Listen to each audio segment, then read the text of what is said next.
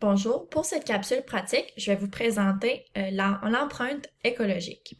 Donc, l'empreinte écologique, ça mesure la quantité de surface terrestre bioproductive nécessaire pour produire les biens et services que nous consommons et absorber les déchets que nous produisons.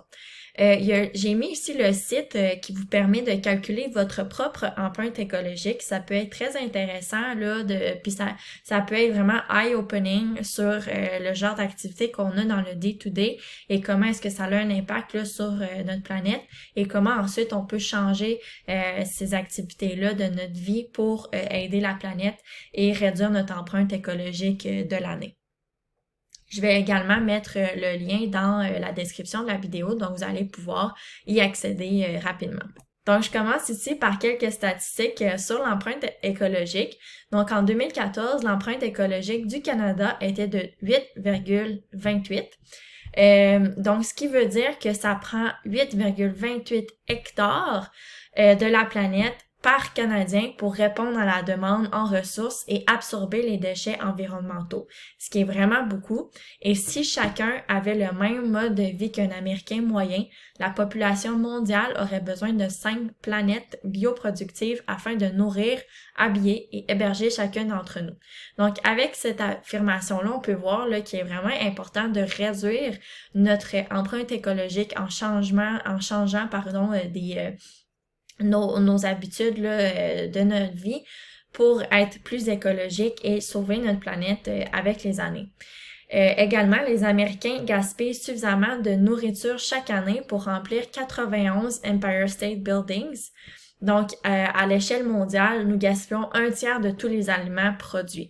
Donc, c'est vraiment là impressionnant comme chiffre quand on regarde ça comme ça. Puis, c'est alarmant aussi. Là, il faut vraiment faire un changement dans nos habitudes de consommation et aussi nos habitudes de vie.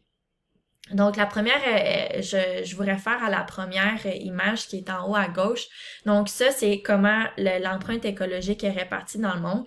Donc, on peut voir là, que c'est pas réparti également. On peut voir que les pays qui sont plus développés là, ont vraiment un avantage de l'empreinte, là, donc ils prennent beaucoup plus de planètes que les pays qui sont en développement. Donc, c'est aussi quelque chose qu'il faudrait faire attention avec l'avenir. Puis, le petit empreinte de pied, c'est juste pour vous montrer, dans le fond, comment l'empreinte est calculée, pardon. Donc, il y a 20% qui vient de la culture, 5% du pâturage, 11% des produits forestiers, 4% des zones de pêche, 4% des espaces bâtis et 56% du carbone. Donc, on peut voir que les activités qui prennent vraiment plus d'espace dans notre empreinte, c'est le carbone. Donc, c'est vraiment un incitatif pour nous de changer ces habitudes-là sur le carbone. Donc, je vous réfère ici à prendre quelques petites actions. Toutes les actions là, des autres vidéos de nos collègues sont aussi bonnes et ça va amener à réduire notre empreinte écologique. Donc, j'en ai placé ici. On peut mieux gérer sa consommation d'énergie. On peut réduire ses déplacements, donc soit y aller à pied, en transport en commun ou faire du covoiturage. Donc, on peut ensuite consommer des produits écologiques et locaux. On doit recycler, revendre et acheter d'occasion le plus possible, réduire le gaspillage alimentaire et réduire l'utilisation de plastique.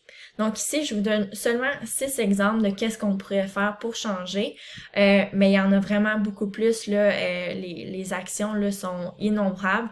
Donc, c'est un petit geste à la fois qu'on va réussir à surmonter ce défi.